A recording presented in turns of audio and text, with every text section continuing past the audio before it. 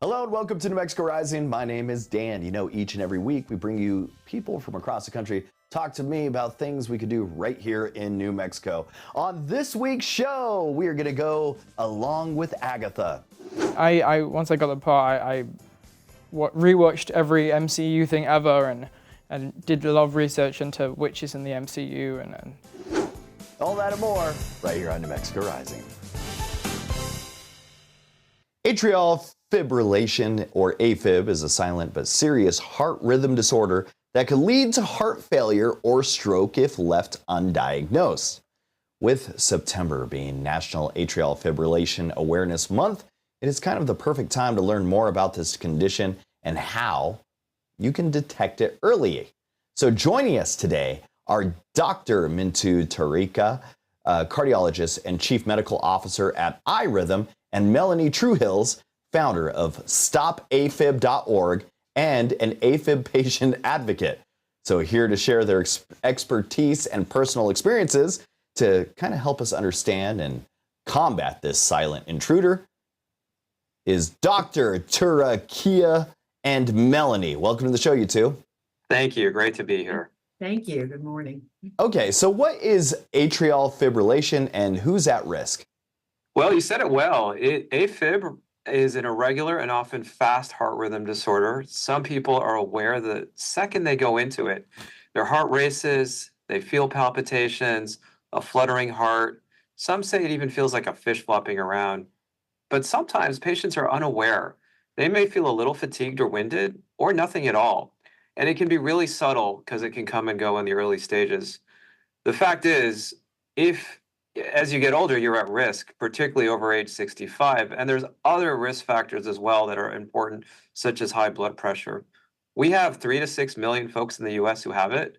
That goes to 12 million in 2030. And 1.5 million aren't even aware they're living with it. So why is early detection of AFib so important? And what are some of the tools out there that can help doctors diagnose AFib? Well, so as you said, it increases your risk of stroke and heart failure, hospitalizations.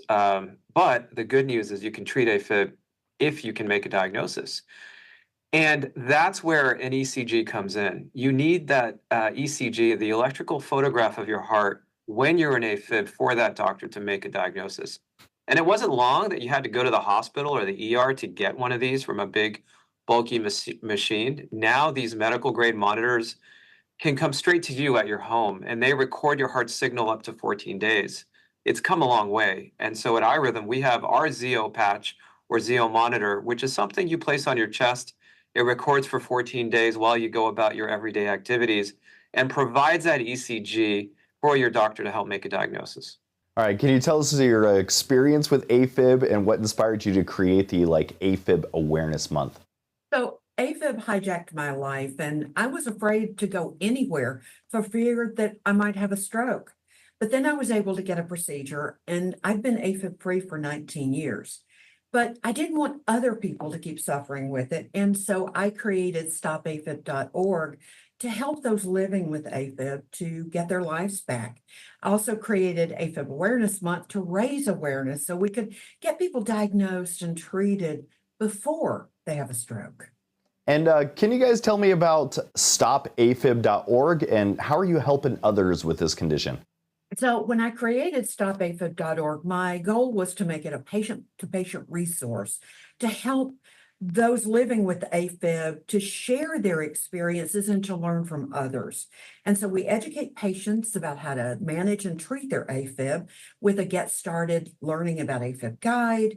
We have a newsletter with the latest news, a discussion forum for peer support, as well as a video library with recordings of our webinars, our master classes, and our annual AFib Patient Conference, which features the world's top AFib expert. So people can get started learning about AFib at stopafib.org. All right, you two, one more time, where can we go for more information? So visit stopafib.org to learn more, especially during September AFib Awareness Month. Gotcha. Hey, do you guys want to see something crazy?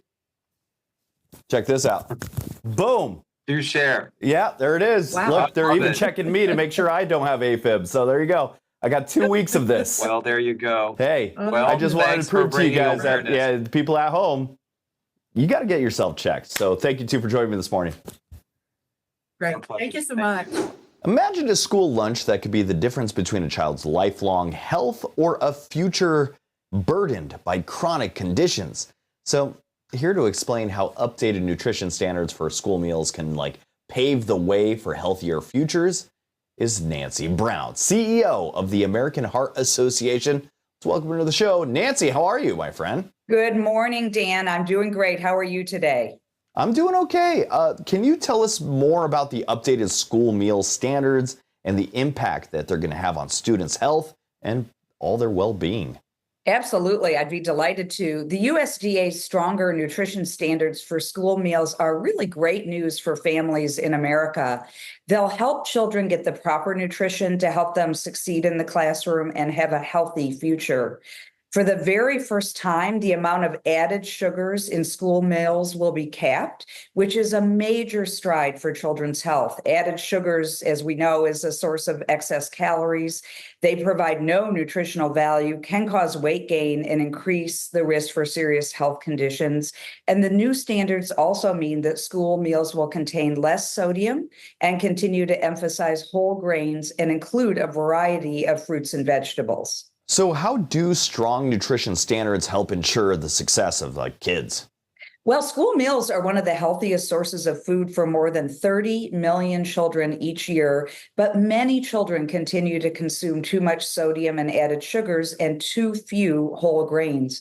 Strong school meal standards result in healthier food and drinks being served to children, and they increase participation in school meal programs, as well as strengthen children's health and well-being, which of course increases attendance and improves academic performance. So how do we ensure that kids are going to have access to healthy school meals? The American Heart Association is urging Congress to protect and strengthen these nutrition standards and support school food programs so that children receive the healthiest meals possible. And we hope that people will join the American Heart Association and tell your member of Congress to protect children's health and keep school meals nutritious by texting lunch to 46839. Nancy Brown, thanks for joining me this morning. Where can we go for more information about any of this? You can always come to the American Heart Association's website at heart.org. And again, we urge you to tell your member of Congress to protect children's health. Text lunch to 46839. Nancy Brown, thanks for joining me, my friend. Thank you, Dan. Have a great day. So what happens when a mysterious teen crosses paths with one of Marvel's most powerful witches? Okay. So we're going to dive into that a little bit with Agatha all along. Today we got Joe Locke, one of the series' rising stars, known for his breakout role in Heartstopper. Joe is now stepping into that Marvel universe, playing a character who teams up with Agatha Harkness on a dark and dangerous journey. With the series now available on Disney, we're expecting to uncover what fans are going to see from this thrilling chapter. Welcome to the show, my friend. Hi. Okay, so your character in Agatha All Along has a unique connection with Agatha Harkness. Can you tell us about your character and how it fits into the story and what drives their journey together? Yeah, I mean, he's a big fan of witchcraft, and he finds Agatha and asks her to take him on the Witch's Road, which is this journey that people can go on to get what they're missing. In teens' case, it's power. And so he persuades Agatha to take him on this road, and they collect this coven of witches, amazing witches, Patti LuPone, Allianz, Shiza Marta, Deborah Jo Rupp, and Aubrey Plaza. And we go on this journey down this witch's road, and obviously it's very dangerous, and fun awaits them. And Agatha All Along has that deep dive into the world of dark magic and mystery. How do you prepare for stepping into such an intense and fantastical role? And what kind of drew you to this character? Yeah, I mean, I once I got the part, I rewatched every MCU thing ever, and did a lot of research into witches in the MCU, and tried to, the last thing you want to do is go into a Marvel series and not know your Marvel stuff. So I made sure I knew all my stuff, and then, the teen is such an interesting part. He's so complex and layered, and it's really fun to play him. And for some of the fans out there who are a big fan of WandaVision, The series feels like a natural continuation. How does Agatha All Along expand on those themes and storylines and what we saw in WandaVision? And what fresh surprises do you feel that our viewers are going to expect? Yeah, I mean, we have completely the same creative team as WandaVision, so it's very much following on the same thread. And in the same way that WandaVision had these fun elements and these comedic elements, but really with a true line of drama going throughout it, our show definitely has the same, a real heart to it, which is really exciting and nice. And I think in the same way WandaVision looked at different sitcoms, our show deals with like different classic horror tropes, which was really fun to play with. Joe, I want to thank you for joining me this morning. Agatha All Along is happening now on Disney Plus, so you got to make sure you got to follow Joe and his character as he embarks on a thrilling adventure alongside Agatha Harkness. So don't miss out. Subscribe to Disney Plus today and check it out. Thank you very much, Joe. Thanks. With prescription costs skyrocketing and affecting millions of Americans, finding ways to save has never been more critical. Our next guest, Edith Edwards, is the Chief Analytics Officer at BuzzRx and a leader in the effort to make medications more affordable for everyone. With over 25 years of experience in business analytics and customer strategies, she's here to share some practical tips and insight on how you can keep your prescription costs down. Edith, welcome to the show. How are you? I'm fantastic, Dan. How are you? Doing all right. So how much have prescription medications, those prices risen over the past few years? So just like everything else in our economy, prescription prices are no different. Prices have gone up as high as 3,000% on some medications. And unfortunately, prices don't seem like they're coming down anytime soon. How many prescriptions are Americans taking on average, and how much are they spending on them? So I think you're going to be shocked to hear this, but Americans, just over half, take an average of 6.3 billion with a B prescriptions on an annual basis. And there's a large segment of our population that are taking 4 or more prescriptions, and they're spending about $1,400 a year on their prescriptions. And of those, 1/3 really cannot afford it and are making really hard choices between going grocery shopping, paying their, basic bills and their medications. And, it's really hard to see. So what can people do to keep their medication costs down? It's easy. Go to buzzrx.com. On average, we're able to save consumers 80% on their prescription medications. So how much can people usually save using BuzzRx? So our consumers who use our app or go to our website on average save about $845 annually. It's a really easy process. I also want to tell you about the opportunity to save even more than 80% on some drugs. A great example, Cialis, which is generic, when you're looking for generic Tadalafil, you're able to save 93%. The retail price is $700. We are able to cut that price by $650, 93% savings. It's an easy no-brainer. Go to buzzrx.com. One more time, where can we go for more information? Go to buzzrx.com, buzzrx.com. Edith Edwards, thanks for joining me this morning. Thank you. As of August 8, 2024, the National Oceanic and Atmospheric Administration confirmed 19 weather-related disasters in the U.S., each causing over $1 billion in losses. First responders often face these severe events in environments where communication is challenging or infrastructure is non-existent, adding to their already demanding duties. What do our nation's public safety professionals need now and in the near future to perform their jobs when communication is mission critical? Joining us to discuss how connectivity and technology support first responders, along with insights from Verizon Frontline's annual public safety communication survey, are Verizon Frontline's president, Maggie Hoback, and U.S. Customs and Border Protection Executive Director, Joshua Goff. Welcome, Maggie and Josh. Good, thank you. How are you? Thanks. Maggie, what are some key findings from this year's survey? So this is our 4th annual survey, and we surveyed about 1,700 respondents. Verizon has had a 30-year relationship with the first responder community. Over 40,000 agencies across federal, state, and local partner with Verizon for their communications services. But this survey provides us some key insights. And three of those key insights that really struck me was first, reliable connectivity continues to increase in importance. It went up from 51% last year to 65% of first responders said that this was one of the most important items. The second key insight was the importance of having a technology partner that can actually help you adopt and test out some of this new technology, make sure that it's fit for purpose and meets your mission outcomes. And then the third area was first responders recognize that all of this comes to power through 5G. 66% said that 5G was important to them in achieving their missions. Josh, how do U.S. Customs and Border Protection agents leverage technology to improve efficiency during both routine and emergency operations?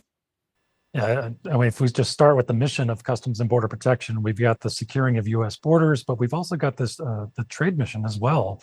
So enhancing economic prosperity. And when you think about the technologies that enable our people to do that, the communications capability just becomes the lifeblood for managing a really large, global, complex operation.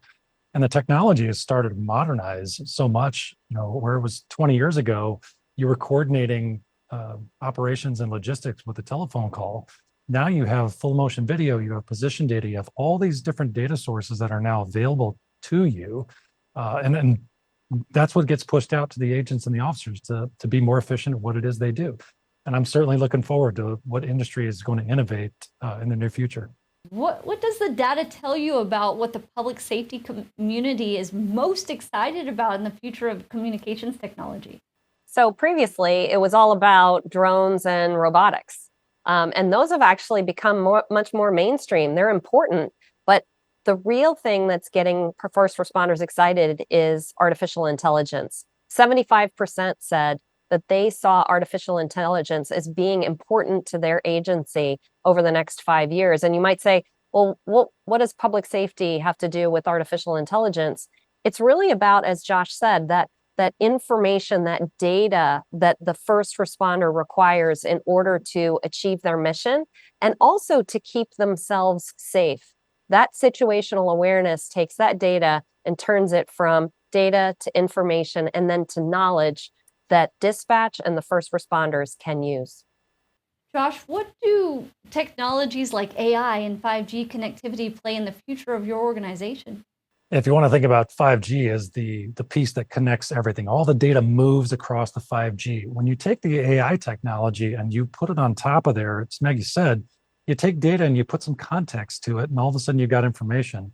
You take that information and you put some meaning behind it, and you got knowledge. And it's the knowledge aspect that we want to push out to the agents, officers, and pilots within Customs and Border Protection. So for example, if there's a natural disaster that hits in the United States and we deploy out there, we really want answers to questions. We want to know things. Where am I in relation to other first responders?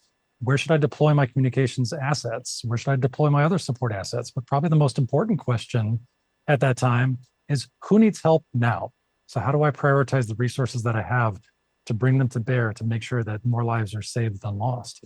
And I think that type of technology is going to be the next revolution in public safety management. Maggie, how is your company helping first responders succeed in their mission?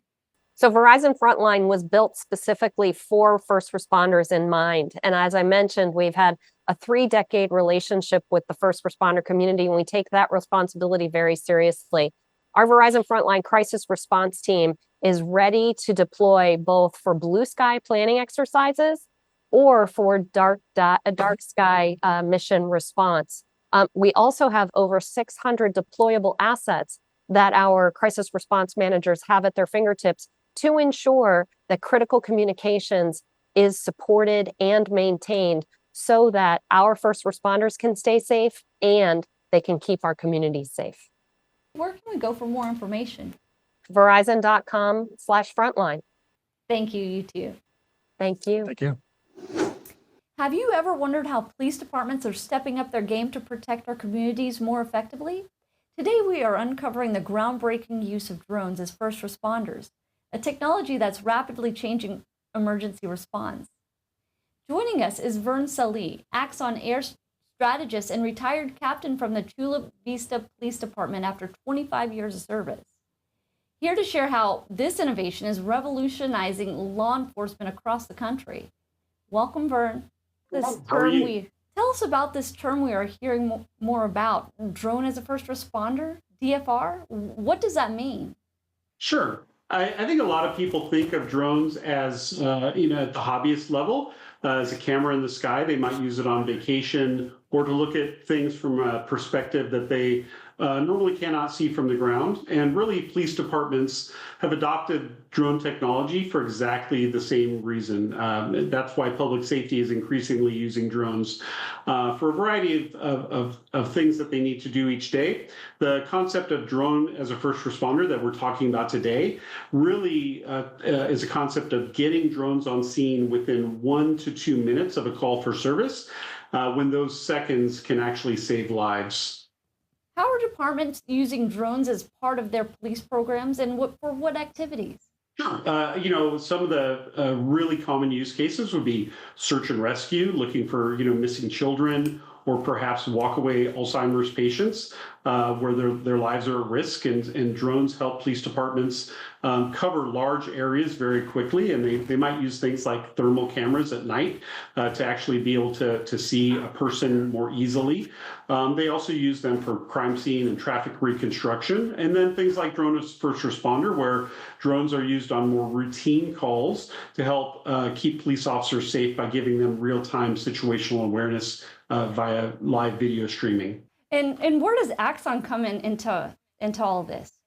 Axon is about a 30-year-old public safety technology company. A lot of people know us from our first product, the Taser, and then also body-worn cameras they might see on the news often. The videos that are the police officer's perspective might have our logo. That camera is not only recording, but it has the potential to live stream along with other sensors like drone sensors, in-car camera sensors, and those video feeds go back to things like real-time crime centers. So all those sensors go onto a single pane of glass so that others, not just the police officers on scene, but their supervisors, their watch commanders and managers can see exactly what is happening and then deploy the right resources. It helps agencies to manage their resources effectively, scale up and down depending on what a given incident needs. And can you share some results that agencies have had? Absolutely. I was just on scene with a major West Coast agency a few weeks ago. They have a major problem with auto burglaries in a tourist area. They deployed drones to the area and followed the suspect vehicle as they cased victims' vehicles, actually recorded them breaking into the car, taking out 4 suitcases, and then driving away. The drone followed them and then was there for the takedown by undercover officers. So 3 people were taken into custody. 3 guns were recovered, as well as all the luggage that these tourists had in their car, including critical things like passports. And so this agency has seen more than a 45% drop in auto burglaries using a variety of tactics and technologies to help keep their communities safer. And technology like drones is at the forefront of helping this agency and others keep their communities safe.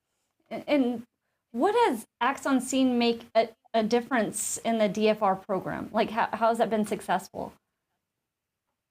Absolutely. In my former agency at Chula Vista PD, we had over 20,000 missions that we've flown with drone as a first responder.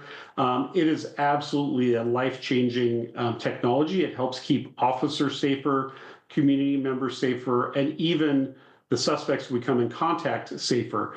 And so it's the best de-escalation tool that I've seen in my entire career. And technology is only going to become more important. If people want to learn more about drone as a first responder, they can go to axon.com/drone as first responder to learn more about what we're doing and the work we're doing with police departments. Thank you so much for joining us today, Vern. Thank you very much for having me. Comfort food is making a delicious comeback. With 1 in 3 U.S. adults planning to eat out less over the next 6 months, more people are returning to the kitchens to whip up their favorite home-cooked meals. So today, we have one of the country's leading pitmasters, Roby. She's with us to share some of her favorite comfort dishes and how she's infusing them with some international flavors. Welcome to the show, Erica. How are you, my friend? I'm doing great. Hey, Dan, thanks for having me. All right, so how are Americans changing their dinner habit or dining habits? Yes, so actually a survey came out and consumers want to dine in more, dine out less, stretch their dollar, and utilize leftovers into their fall comfort dishes and have beef in there. So we're gonna see a lot of people just going back to the basics, bringing up childhood favorites like meatloaf, pot roast, things like that. That's what we're seeing this fall. So what types of dishes will be probably the most popular this year? Well, trending right now on beefitswhatsfordinner.com's website is meatloaf. I mean, it's like everybody and their mama wants to have a really good meatloaf this fall. So we're seeing a lot of that. How are you incorporating like some of these international ingredients into some of these favorite dishes? So I love international ingredients because they can take leftovers, they can take these comfort dishes and just give them a whole new flavor profile. So I have a Korean bulgogi beef bowl right here. I call for ribeye or sirloin, but you can substitute that with any value cut. And then because I'm from Texas, I like a little bit of heat. So I'm using a Korean gochujang paste, which is a chili paste, to give me herbaceousness and also give me some of that heat.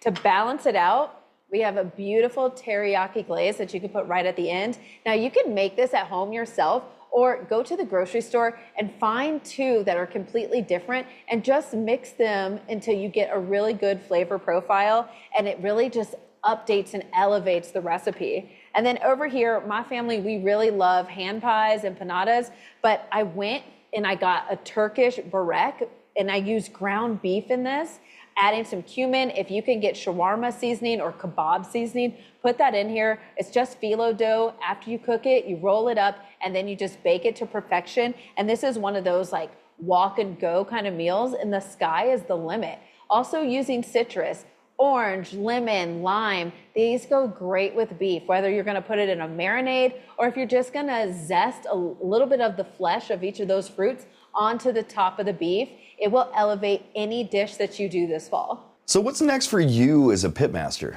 So I'm trying to bring the pitmaster experience into the household and incorporate my family in there as well. My 6-year-old is my sous chef right now, so I have him on ground beef duty, just teaching him not to over stir it, but really just trying to show that the things that you can cook on the outside, you can also bring them in the inside and get your family involved and have great beef dishes all fall long. Roby, thanks for joining me this morning. Where can we go for more information? So go to beefitswhatsfordinner.com and find an amazing array of recipes that you can use this fall for your own kitchen and for your own family. Thanks for joining me, Erica. Bye. And that's it for New Mexico Rising. I want to thank you for tuning in and checking out the show. Go to our website, that's newmexicorising.com. Until next week, that was New Mexico Rising.